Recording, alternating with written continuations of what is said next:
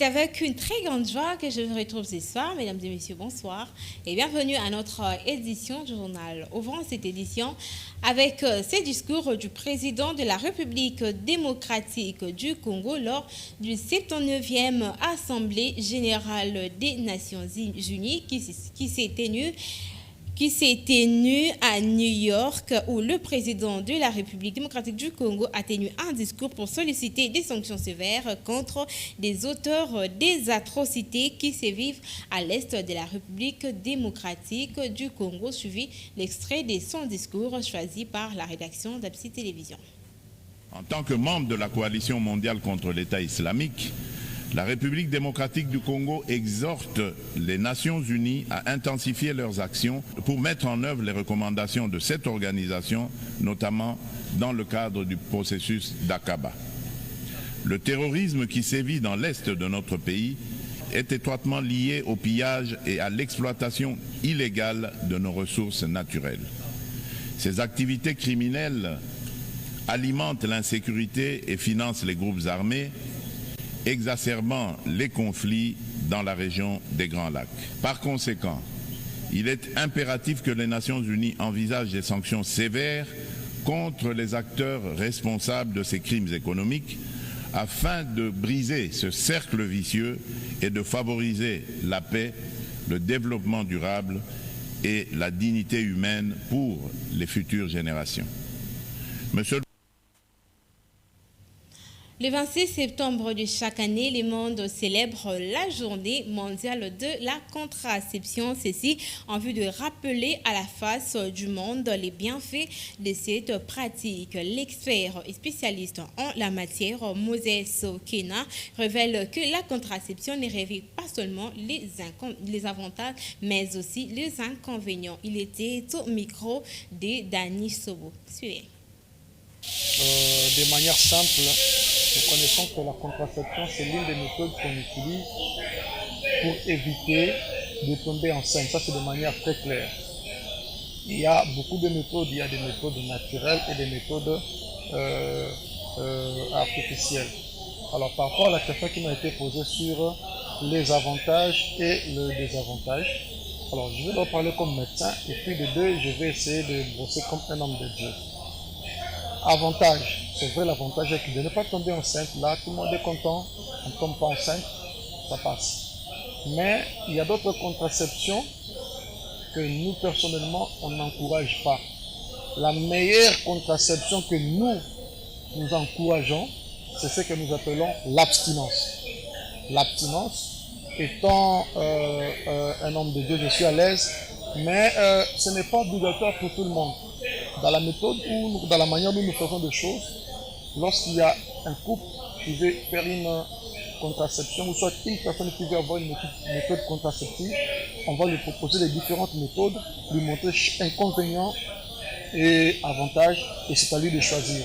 Mais dire quels sont les désavantages, un à un, par rapport au temps qui nous sont impartis, je veux juste donner l'avantage et désavantage de manière globale.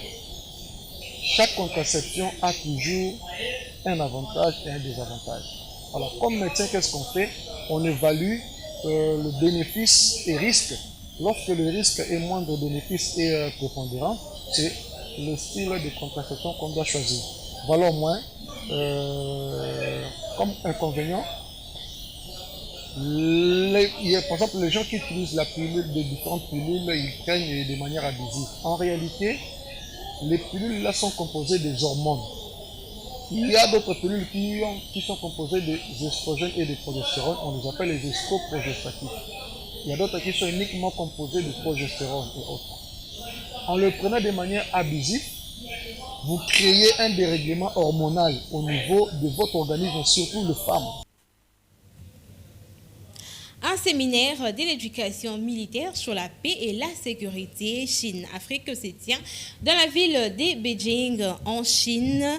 Le FARDC est représenté par une forte délégation en vue d'un apprentissage approfondi. Le détail dans ses commentaires.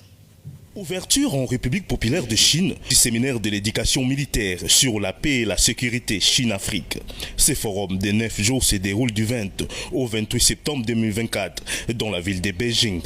Les forces armées de la République démocratique du Congo y sont représentées par une délégation conduite par le général de brigade Kakenza Jean-Claude, commandant de l'école supérieure d'administration militaire de Kinshasa. Ce séminaire réunit les responsables d'enseignement militaire des différents pays et a pour thème la coopération sur l'éducation militaire sino-africaine. À l'ouverture, le général de brigade Kakenza Jean-Claude a parlé de l'organisation et du fonctionnement des écoles militaires en RDC. Pour l'opportunité que vous avez daigné m'accorder à ma prise de parole du coup de cette tribune afin d'apporter la pierre précieuse de nos forces armées à ces forums de l'élite dans le domaine le plus sensible et le plus important qui est la formation des militaires. Avant toute chose, permettez-moi de transmettre à chacune et à chacun d'entre vous une cordiale salutation émanant de son Excellence, M.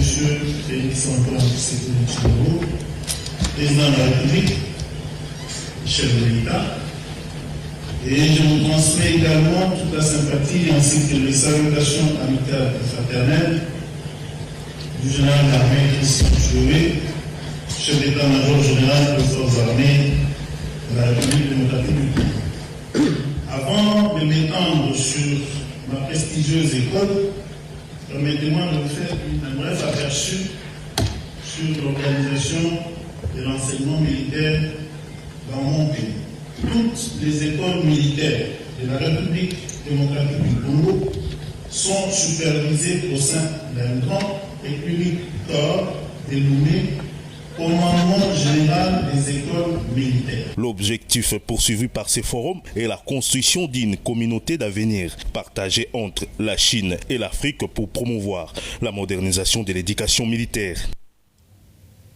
Les comités organisateurs de la 11e édition du Festival international de Kinshasa, FIKIN en sigle, étaient en conférence de presse ce jeudi 26 septembre 2024 à l'espace plateforme contemporain en vue d'éclairer l'opinion sur la tenue du Festival FIKIN qui se tiendra du jeudi 3 au 6 octobre prochain dans différents sites culturels, notamment Institut français, Académie des Beaux-Arts, le Centre Wallonie-Bruxelles et le Centre culturel Bimpa à Kikimi. Reportage de Sadam Naloy et Yves Mbomba. La jeunesse au cœur de l'économie du cinéma, tel est le thème de la 11e édition du Festival international de cinéma de Kinshasa, FIKIN en sigle, qui aura lieu du 3 au 6 octobre 2024 dans différents sites de la métropole de Kinshasa. Tout est parti à travers la conférence de presse tenue ce jeudi 26 septembre à l'espace plateforme contemporain à Kinshasa. Le Festival international des cinémas de Kinshasa, FIKIN en sigle, est un événement annuel organisé à Kinshasa pour la promotion de la production cinématographique locale, nationale et internationale. Organisé chaque année depuis 2014, FIKIN diversifie la scène culturelle avec des événements festifs dans un environnement où il n'existe presque pas l'industrie cinématographique. L'exposition, les ateliers de formation et de projection ainsi que des soirées de gala sont prévus au cours de cette 11e édition de ce festival. Kevin Mavakala, directeur du FIKIN, appelle la population quinoise à répondre à ces festivals cinématographiques. Alors le message essentiel, c'est venez voir des films. C'est d'abord un festival de cinéma, on va projeter des films. En tout cas, on a 78 films à projeter durant 4 jours. Les films vont commencer du matin au soir. Et au-delà de ça, pour ceux qui veulent apprendre du cinéma, il y a les ateliers de formation. Venez apprendre, ça sera avec plaisir. Il y a des formateurs qui viennent de l'extérieur du pays, France, Belgique, Congo-Brazza et Cameroun. Ça sera vraiment un honneur pour nous d'accueillir, mais aussi d'apprendre grâce à eux. Alors, les éditions précédentes, on a eu moins de films congolais. Cette édition, on a plus de films congolais. Et à part ça, on a des avant-premières, des films qu'on n'a jamais projetés partout ailleurs. On sera le premier à les projeter. Le festival, c'est une fête. Au-delà de voir des films, c'est un cadre pour s'amuser. Il y a à manger, il y a à boire, c'est une forme de kermesse. Et il y a aussi des jeux. Voilà, vous pouvez venir en famille, le week-end, passer du bon temps autour de cette atmosphère-là festive. Notons que les activités du Festival international des cinémas de Kinshasa vont se dérouler de la manière suivante. Du 3 au 4 octobre à l'Institut français, du 5 au 6 octobre à l'Académie des Beaux-Arts, au Centre Wallonie-Bruxelles, au Centre culturel de Mouinder et au Centre culturel Bimpa à Kikimi. Allons cette fois-ci dans la province du Haut-Katanga où une forte demande des produits dans l'agroalimentaire ainsi que des énergies propres par les investisseurs chinois vivant dans cette province. Le numéro 1 de cette province, Jacques Kabula Katoué, a réaffirmé que le climat des affaires s'y porte bien et que des bonnes opportunités s'offrent pour le territoire de Kasenga, Mitwaba et Pueto. Suivez. L'entrée de son Excellence, Monsieur le gouverneur de province. C'est au tour d'un dîner partagé avec les miniers chinois opérant dans le Haut-Katanga que le gouverneur de province a fait la restitution de son récent séjour de travail en Chine où il a pris une part active dans la suite du président de la République au forum RDC Chine sous les opportunités d'investissement.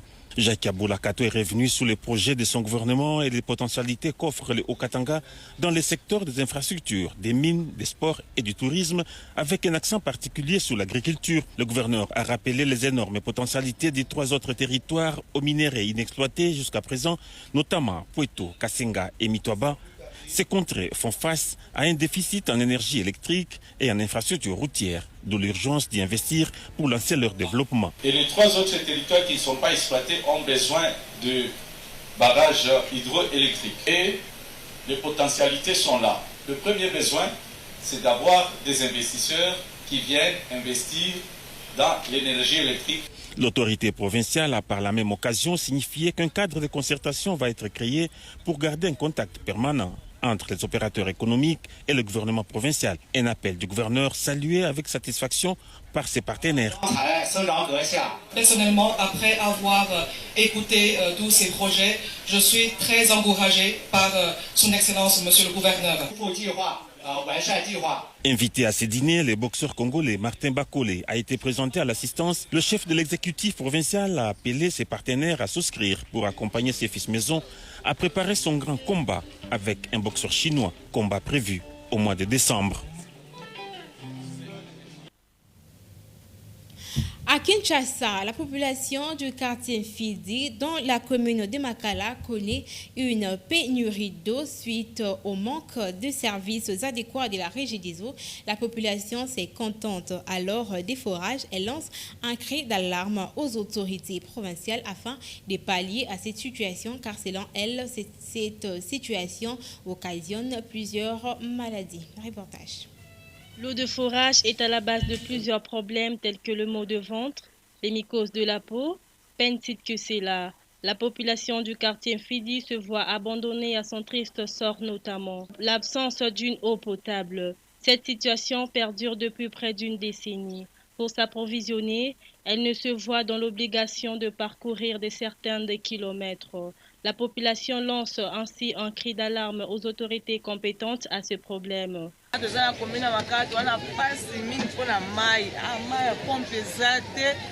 Ici, nous sommes dans la commune de Makala, précisément au quartier Fidi.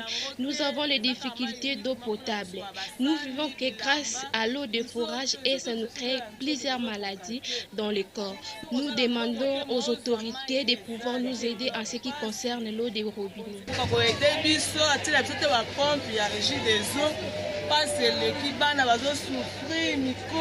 Rappelons que la majorité des maisons dont habite le quartier ont en leur sein des robinets, mais l'eau ne bénéficie pas le service de la Régie des eaux.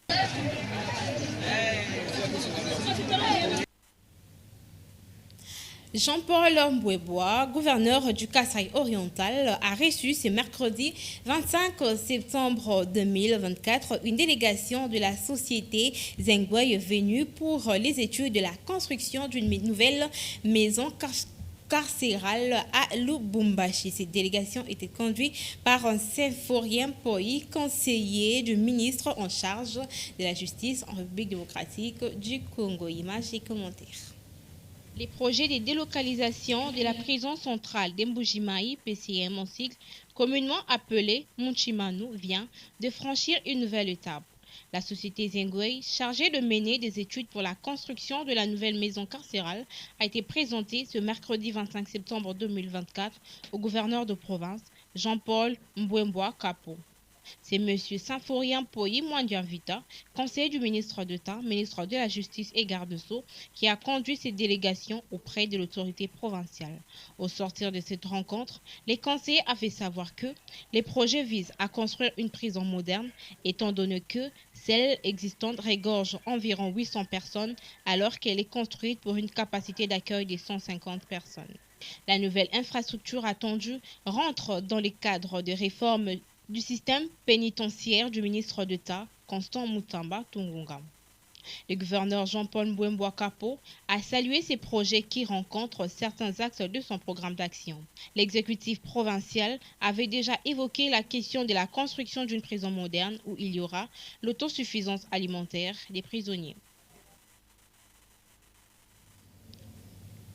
La construction des caniveaux dans la commune de Massina, non loin de la rivière Ndjili, la population salue cet acte du gouvernement central et l'implication personnelle du chef de l'État, Félix-Antoine Tshisekedi, car ce secteur est dérangé par plusieurs pluies diluviennes qui ont déjà repris. Suivez.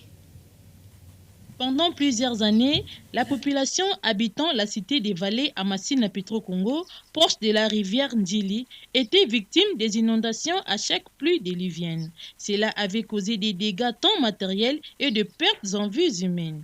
Dorénavant, ça ne sera plus le cas ni des inondations ni de pertes de biens matériels. Grâce à l'implication personnelle du chef de l'État, Félix-Antoine Tshisekedi Tshilombo, les travaux de construction des caniveaux qui vont permettre à collecter les eaux des pluies vont bon train. Pour empêcher le coulement et la pénétration d'eau dans des avenues, une barrière de plus de 10 mètres est érigée le long de la rivière, à la satisfaction de la population riveraine. Merci, ma chef de l'État, son Excellence, M. Félix-Antoine Tshisekedi Tshilombo, pour l'initiative de la PDL 145 territoires, ezosalema na baprovince nyonso ya République démocratique du Congo. Biso bandeko ya Vallée tozalaki confronté awa na mai ya Ndjili, tozalaki confronté makasi soki bambula ezobeta, mai ezomata, mai ebandaki kokotela biso na bandako. Mais na initiative ya chef de l'État oyo apesi ndingisa na ministre ya infrastructure et travaux publics, na yango bazosalela biso diki moko awa, bazotonga diki moko oyo kobanda kosalaki ata mbula ebeti ndenge nini mpe mai emati, mai ekoka koatteindre baménage na biso te. Na yango toza na sentiment ya joie. Ezalaki kosindasinda na bamai bainondation wana do biloko na biso ebele ebeba, me nzambe lelo asungi chef de l'État akanisi biso bazotongela biso do toza na esengo makasi, papa fati beto umela e. Financés par le gouvernement central, ces travaux sont à 80% d'exécution, comme le souligne l'ingénieur Godefroy, l'un des contremaîtres. Mais plus grande difficulté se situe autour de la vanne qui va relier l'eau de la pluie à la rivière Ndjili. Donc j'encourage sur toutes ces idées et de se manifester et d'aider toute cette population de Vallée. Papa et les mamans sont très contents. Mais le problème qui nous empêche ici, le problème de la vanne, c'est le problème capital. Si la vanne n'est pas réparée, n'est pas construite, donc tout ce que nous avons fait ici, ça sera en vain.